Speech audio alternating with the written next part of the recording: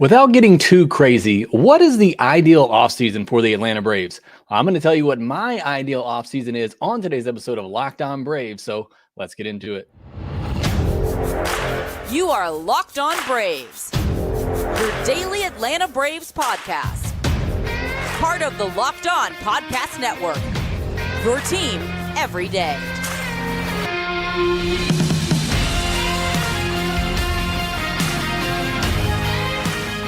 Hey, and welcome back to Locked On Braves, part of Locked On Sports Atlanta, where we cover your favorite Atlanta sports teams each and every day. I am your host, Jake Mastriani. You can follow me on social media at ShortstopBall. Also, make sure you check out my written work over at bravestoday.com. Make sure you follow the podcast on social media at LockedOn_Braves. Send in any questions, comments, or feedback that you have for the podcast. We'll have our mailbag episode on Friday, so be looking for my post from LockedOn_Braves and submit your questions to be answered on our Friday mailbag episode. If you're new and watching on YouTube, hit that subscribe button. Of over 7,500 subscribers on YouTube. Make sure you hit the like button on this video as well so that others will see it and hopefully subscribe and join our little community here at Locked On Braves. Thank you so much for all your support of the podcast. Really do appreciate it. During the offseason, I do a lot of these episodes live starting around 9 p.m. Central, 10 p.m. Eastern. If you want to join there, appreciate all the discussions we have. We got Chris Kaysen in here telling everybody to hit that like button. Appreciate that. Brian Harris, Nick C., Jeffrey Humphreys, Jessica, Leland, Stu, already in here with us live. Thanks so much for joining. I'll hopefully have some time at the end of the podcast to answer some of your questions live, but a lot that I want to get into on today's podcast is I'm going to put on my GM hat. I'm going to tell you what my ideal offseason looks like for the Atlanta Braves. So I'm excited to do that. It will be a lot of fun. I want to know what your ideal offseason would be for the Braves. Let me know down in the comment section below on YouTube. Before we get into all that, though, today's episode is brought to you by FanDuel. Make every moment more. Right now, new customers can bet $5 and get $200 in bonus bets guaranteed. Visit FanDuel.com/lockedon to get started. So on today's episode, what I want to do is, again, I want to put on my general manager hat. If I am the general manager, Alex Anthopoulos, what am I doing this offseason? What are the moves that I make to put this Atlanta Braves team in the best position to win a World Series? And as I discussed yesterday, me and Graham McCauley did our offseason preview for the Braves. You haven't given that a listen or a watch, make sure you go back and do so. But on that podcast, I made the reference. This Braves team, you could honestly do nothing and go into next season and still, have a good chance of reaching the postseason, maybe even win a World Series if everybody stays healthy and everything goes right. That is a great foundation to start from. We'll go through we'll talk about FanDuel here more in a moment, but if you go to their website, the Braves are the favorite right now before the offseason begins to win the World Series in 2024. So there is already a great foundation to build off of going into this offseason for the Atlanta Braves. Now, before I get into what I would do, set a couple of ground rules here. We're not going crazy. There is no Ohtani signing. I don't think the Braves are going to sign Ohtani either way, but, this isn't a dream scenario where you just go sign Ohtani. You go sign all the best free agents, trade for all the best players. This is not, we're trying to keep it somewhat realistic here. Trying to stay in budget to a degree. Alex Anthopoulos gone as far as to say on Wednesday that they will have a higher payroll than they had last year. They basically already have a higher payroll than they had last year. But I am going to try to keep this with my moves to not go any more than $40 million over the luxury tax. We saw the Braves go into the tax for the first time ever last year. I think they're going to do it again this year. Then the question will be, will they do it for a third straight season in 2025? We'll worry about that when we get there. But I'm going to try to not go more than $40 million over the luxury tax. So that's around, a budget of around $277 million towards the luxury tax. And there's a difference between, the payroll and the luxury tax, which I'm not going to go into great detail in right now, but those two are tallied differently.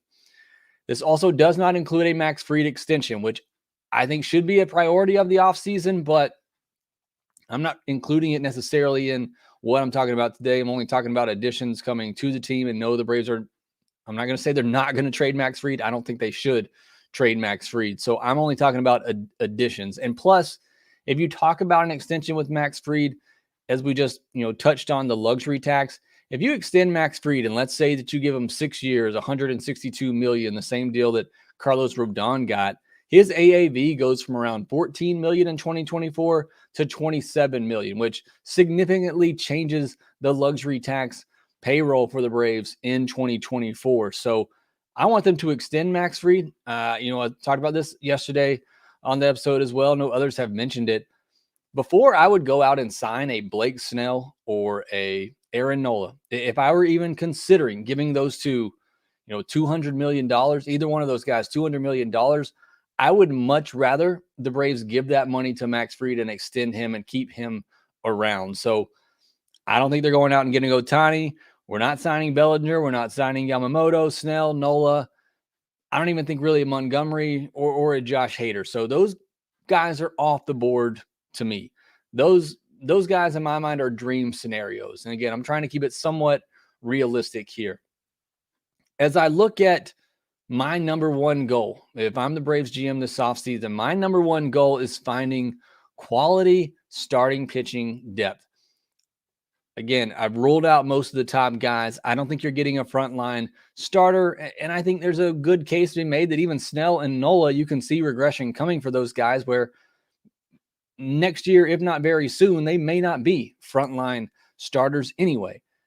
So I don't think the Braves are going to get a frontline starter this offseason unless they trade for one. But my number one goal as the Braves GM is to go out and find some quality starting pitching depth. Get somebody that's going to insert, in behind Strider and Fried, ahead of Morton, and just more so give you quality depth in the rotation. So my number one move, and this is a bit of a blockbuster, I trade AJ Smith-Shawver, Vaughn Grissom, and J.R. Ritchie. That's a big pull, a big package right there. And I go and get Dylan Cease from the White Sox. That is my first move that I make if I'm general manager of the Atlanta Braves. Look, I don't like giving up AJ Smith-Shawver. The Braves don't have anybody in their system that is untouchable in my mind, but if there's two guys you want to try to avoid trading, it's AJ Smith-Shawver and Hurston Waldrop. But if you're going to go get a guy like Dylan Cease, you're going to have to give up one of those two in my mind. So I give up an AJ Smith-Shawver. I give up a Vaughn Grissom and a J.R. Ritchie, and I really like J.R. Ritchie too. But, he's going to be out most, if not all, of 2024. And then he's going to be working his way back in 2025. So you're looking at maybe 2026 when J.R. Ritchie could be part of your rotation. And I really like the stuff from J.R. Ritchie. But, again, you're in a window now. And if you have an opportunity to go get a guy like a Dylan Cease, I think you pay the price to go do it. And, again, that package may seem like a lot. On the trade evaluator site, that wasn't even enough value to get Dylan Cease. So I don't even know if that gets it done, but I feel like that's a pretty solid package that has the potential to get it done. For Dylan Cease, I see some of you asking how many years, Jessica asking how many years is Cease under control. He's under control for 2 more years. So you'd get him for the 2024, 2025. So it gives you a little bit of added length with Max Fried potentially being gone after 2024. It kind of gets you into 2025 where hopefully Kyle Wright's coming back. Maybe Ian Anderson is ready at that point. Maybe Hurston Waldrop is ready at that point. So it kind of helps you fill that gap in a little bit. You get 2 years of Dylan Cease. He's already had Tommy John surgery. He'll turn 28 in December. He's made at least 32 starts the past 3 seasons. He's under club control, like I said, through 2025. He is coming off a bit of a down year. The four-seam velocity dipped a bit, wasn't nearly as good of a pitch. That does worry me a little bit, but that slider was still one of the best pitches in baseball. He was on a bad team, so I factor that in somewhat. Expected to make $9 million in 2024, so not a huge price money-wise. So that is the first move that I make. I trade AJ Smith-Shawver, Vaughn Grissom, J.R. Ritchie, and I go get another frontline starter in Dylan Cease. Because like I said, I don't think they're signing any of the free agents, especially frontline guys, Nola, Snell, Yamamoto. I don't think the Braves are going getting any of those guys. If you're going to get a top of the rotation arm, it's going to have to be through a trade. So I go trade for Dylan Cease, and then I sign Luis Severino to a 1-year deal, maybe 12 to 14 million. I've talked about this one already. Whether it's Severino, Frankie Montas, Sean Manaea, Michael Lorenzen, if you could get, a Giolito or Jack Flaherty on a 1-year deal for maybe a 14, 15 AAV as they try to regain their value and maybe hit the market again, I would take a shot on one of those guys. And that just gives you another arm, some more quality depth in your system and in your rotation. And then you have a rotation of Fried, Strider, Cease, Morton, Severino, with them being backed up by arms like Elder, possibly Soroka, Inoa, Ian Anderson in the second half, Darius Vines, Winans, Dodd, Schuster, Allard, and then possibly Waldrop at some point. So I think that gives you a very solid foundation in your rotation and some great depth, which the Braves already have good depth. I won't call it great depth. The Braves have good depth in their starting rotation. For me, this offseason, it's more about creating quality depth. 2 postseasons in a row now. We've limped in there with 2 of our main starters hurt going in. And that didn't necessarily cost the Braves this past year, although it would have been nice to have a chance in Game 3 with either a Charlie Morton or somebody like a Dylan Cease.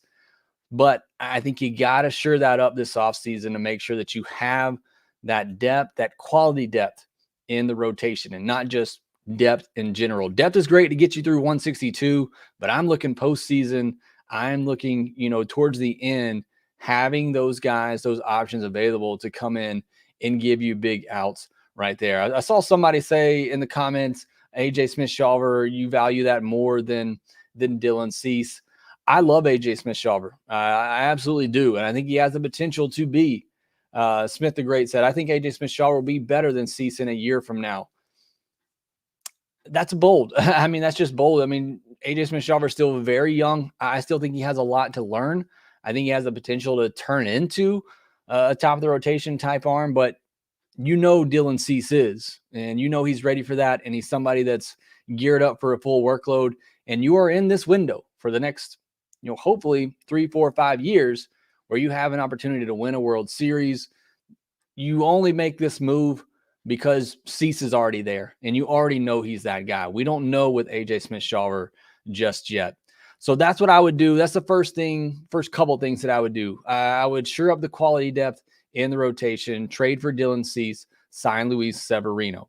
That's not all I would do this offseason. There's a couple other moves that I would make, especially in left field, and maybe one little surprise move as well. We'll discuss those next. Get in on the NFL action this season with America's #1 sportsbook. Of course, I'm talking about FanDuel. Right now, new customers get $150 in bonus bets with any winning $5 money line bet. That's $150 if your bet wins.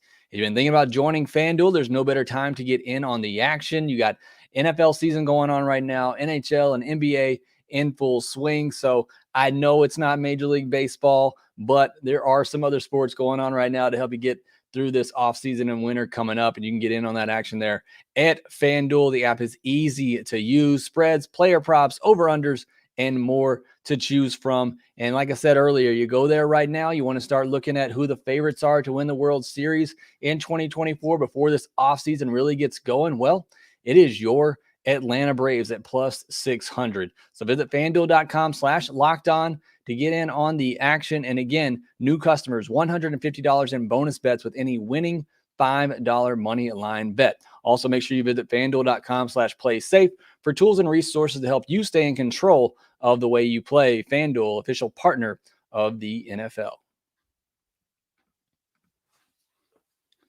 Getting back into my ideal offseason for the Atlanta Braves. What would I do this offseason if I were the GM of the Atlanta Braves? Next thing I would do after I take care of the rotation and adding that quality depth. Again, it's not just about adding arms in the rotation. It's about finding those quality arms out there.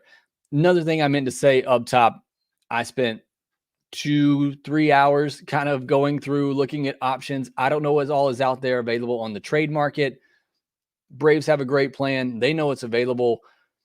I'm not saying it necessarily has to be these guys, but this is the route that I think I would go. These types of arms, if you're going to make a big deal for an arm, I think it has to be in a trade. And then I would even add to that with a depth arm. It doesn't have to be Severino, as I said earlier, but something like that, just some more quality depth, maybe somebody you get on a 1-year deal looking to try and reestablish themselves. It's going to be the same thing here when I'm talking about my next priority, which is finding a left fielder. I don't love any of the free agent outfielders this offseason. I just don't. Cody Bellinger, you look at his batted ball stats from last season, and it's just hard to predict that he will be able to replicate that again. Maybe he does. Maybe he's figured something out. I don't know, but it's hard to look at his baseball savant page and see the batted ball data and predict that he can have that type of season again.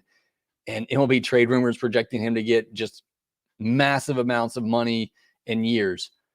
I don't love that. I don't love the Cody Bellinger option. I don't love the Teoscar Hernandez option, although I wouldn't hate it, but I don't love it. It's another kind of, swing and miss guy, big power guy, low on base guy.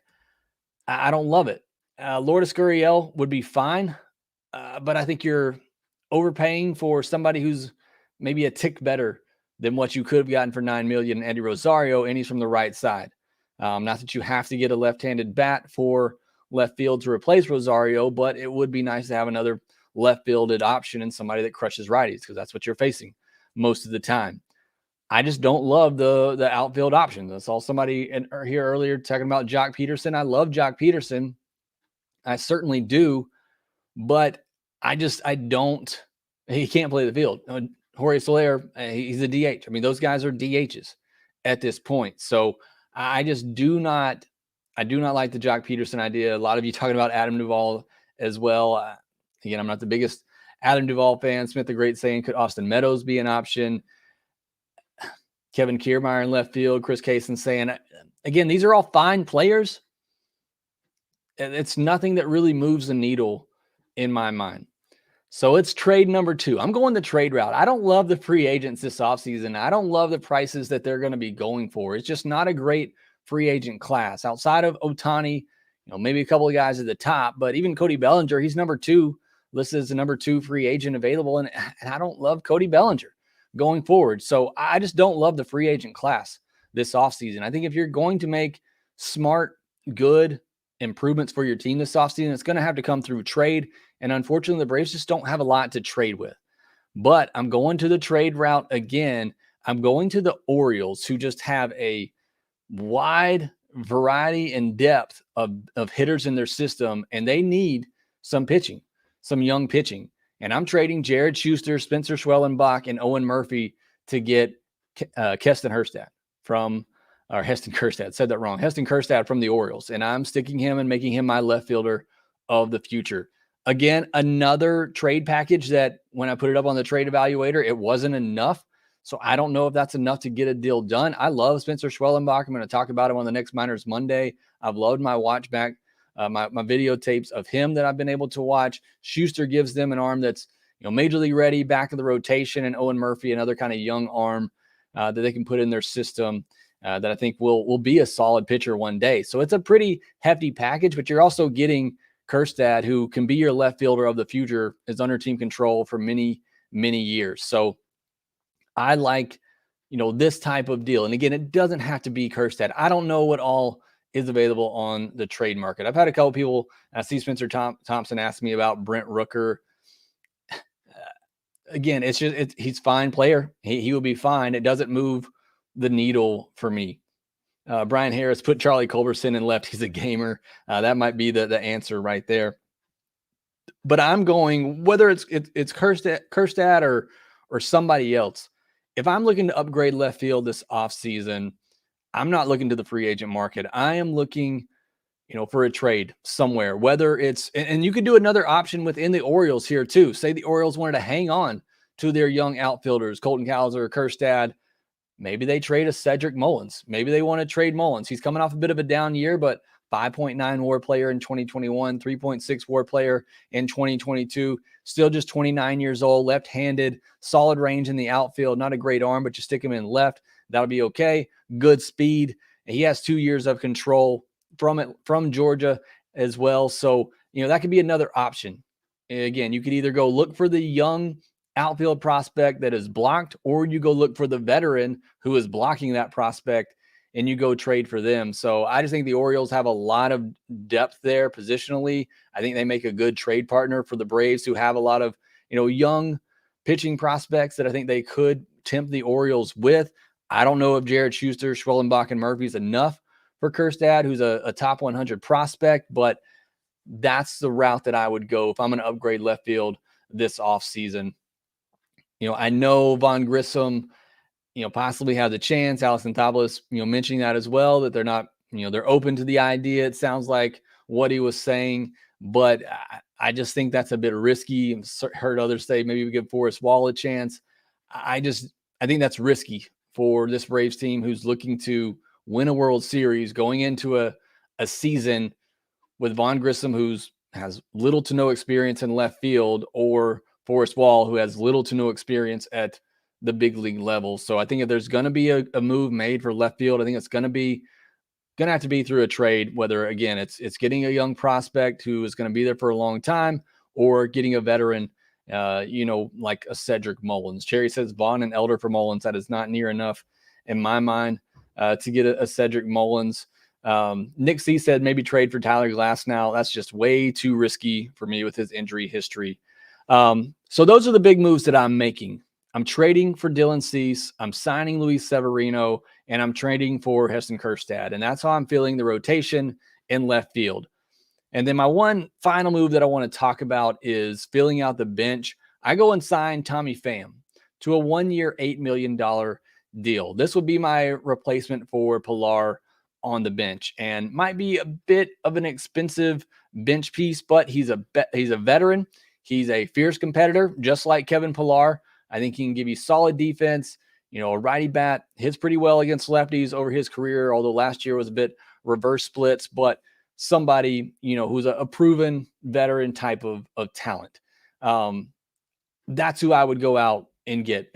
And as Nick C says, he could be a starter. You could go out Tommy Pham and he could be the starter in left field. That's possible. You'd have to get a lefty bat for him, and then you're mostly going to platoon a lefty bat. But that's who I would go out and get to be my replacement on the bench for Kevin Pilar. It gives you a really solid bat, veteran guy, good, coming off a postseason run with the Diamondbacks as well. So that's who I would go out and get. That makes my lineup Acuna, Albies, Riley, Olsen, Ozuna, Murphy, Kjerstad, Arcia, and Michael Harris. So again, not really much needed to be added to the lineup there. I do still have Michael Harris batting ninth. We'll see if that sticks, but that's what my lineup would look like, with Travis d'Arnaud, Nicky Lopez, Tommy Pham, and Forrest Wall on the bench. Another move you could make, you could go out and take a shot on a cheap, left-handed option for the bench, or you can just roll with Forrest Wall. Maybe you go out and sign a Jason Hayward to a 1-year deal, $2 or $3 million. Let him kind of be that bench clubhouse guy like he was for the Dodgers last year. Give him some at-bats against righties. Good defender in the outfield still. You could do that if you wanted to maybe upgrade the bench a little bit as well, give you a left-handed outfield option. I wouldn't mind getting somebody that can maybe be a little bit more versatile, play the outfield, maybe the corner infield spots as well.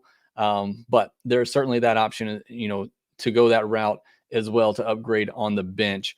That puts the payroll at about $238 million. That would be, way higher than anything the Braves have ever done before. It puts the luxury tax payroll around $266 million. So again, trying not to go more than 40 over, which is where your draft pick gets pushed back. That leaves about $10 million for in-season moves. I don't know that the Braves are going to go that high. I think they can. I think they're willing if the right moves are there in front of them. One thing I'm encouraged about, you read the article by Mark Bowman over on MLB.com and his conversation with Alex Anthopoulos. They have a plan. They're not happy, and they shouldn't be, with what's happened the last 2 years. They don't want to chalk it up to just randomness.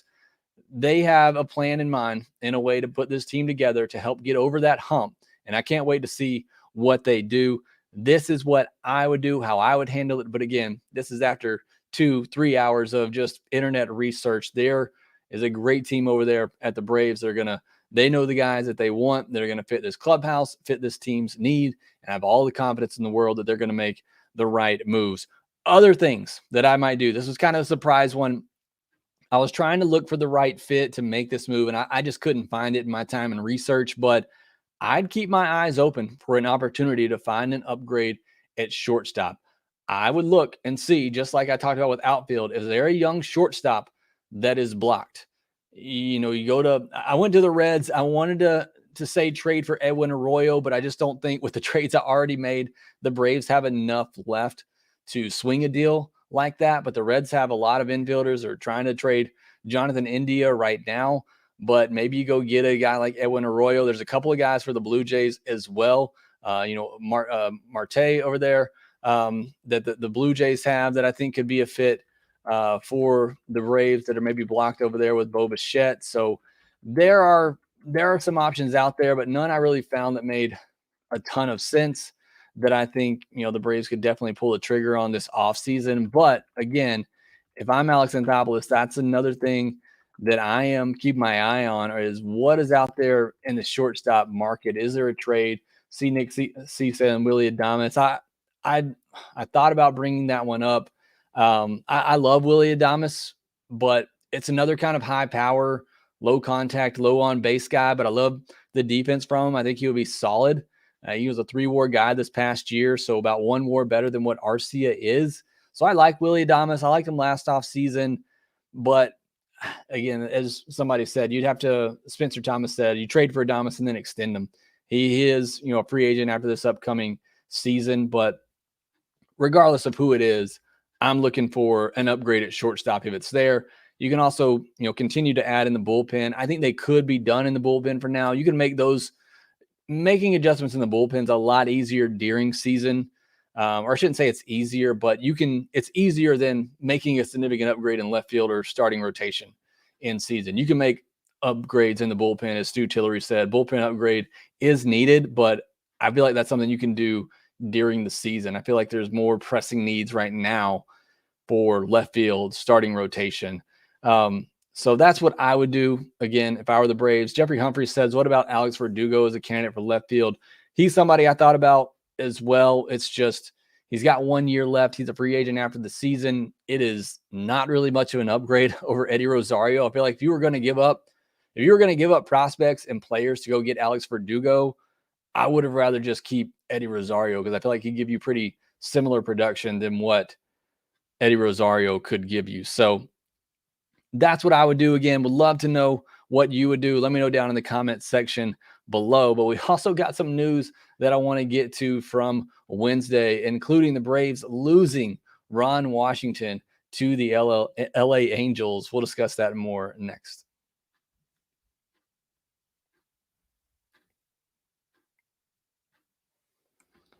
So some pretty sad news for Braves fans on Wednesday. It felt like the writing was on the wall. It was going to happen for Ron Washington at some point, but he does get the managerial job with the Angels. So excited for him. Look, it's probably going to be his last opportunity to manage, and I feel like, he deserves it. He definitely deserves it. So glad to see him get this opportunity. Would love to see him turn things around there for the Angels, maybe get Mike Trout to the postseason if he's not traded. I don't know how you trade him right now, but certainly sad for the Braves. I mean, I watched some of the videos they were posted of him and, getting a little misty-eyed. It's just he was a great coach and certainly will be missed. I see Chris Case and others talking about chance we bring David Ross back to Atlanta as a coach.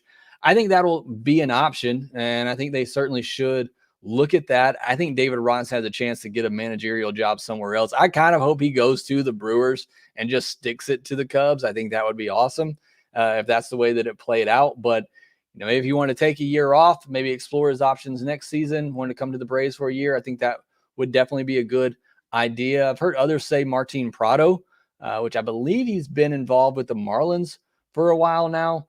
He could be an option as well. Would love to have Martin Prado back in the organization, but you just can't replace Ron Washington. You can't do it. I mean, he's one of the more lovable, likable characters in all of our sports. So sad to see him go. We got a couple of minutes left here. Got a couple of questions that I starred going along the way. David Agnesia says, Jake, do you think that they may try to re-sign Eddie at a lower price point, say $5 to $6 million a year? I think that's another option as well. Look, if you wanted to go that route, if you could get Eddie on a 1-year deal for $5 or $6 million, pair him with a right-handed bat, maybe a Tommy Pham for 1 year, $7-8 million. I mean, that's a pretty expensive platoon player. But if nothing comes together on the trade market, you don't like the free agent options like I don't, that's certainly something the Braves could do. They could go back to Eddie Rosario and that type of deal. Ronald Stevens, if you trade for Cease, would you still sign Fried? Yes, because like I said, Cease is only through 2024 through arbitration. Look, if Fried is willing to take somewhat of a team-friendly contract, I think that's what you have to do. I do that first before I do anything else this offseason. But I've been saying for a while, I don't think that's going to happen. But like I said earlier, before I would go out and spend even money on Sonny Gray, if there was just a chance that I could get Max Fried as an extension, I'm doing that all day long, because then you got Fried and Strider, locked in at the top of your rotation for the next 5-6 years, whatever. And just two of the best pitchers in all of baseball. So any chance I get to extend Fried, I'm taking that. Spencer Thompson, is David Ross waving them in next year? Yeah, we kind of touched on that. I think David Ross would be a great fit. Like I said, I think he's going to get another managerial shot somewhere this offseason. There's still some jobs open, like the Padres. I think there's another one open as well. But, if not, would love to have him come in. I think EY might get a chance if he doesn't get a job. I know he's been interviewed. The Astros job as well, I think, is still open. If EY doesn't get another job, I can see him shifting over to third base. I think maybe he deserves that opportunity as well. But would love to have David Ross back in the fold.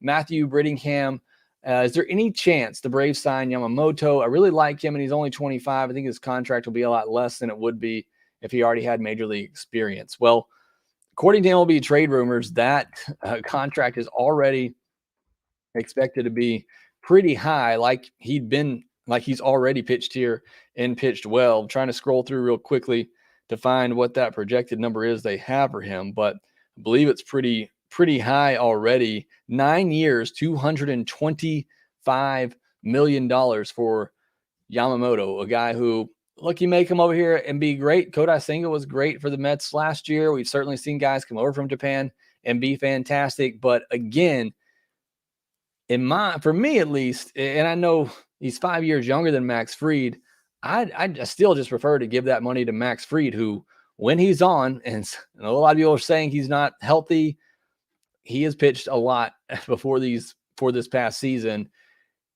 I still just would rather give that money to Max Fried. So that's what I would do. Again, would love to know what you would do. Let me know down in the comment section below. Thanks for joining. Thanks for giving Locked On Braves a listen. Appreciate all the support there. But that will do it for this episode of Locked On Braves. Make sure you subscribe on YouTube if you're new. Hit that like button. Make sure that you are following us on social media. Shorts at Shortstop Ball, at @LockedOn_Braves. Make sure that you rate, review, and subscribe to the Locked On Braves podcast wherever you get your podcast. And we will talk to you next time.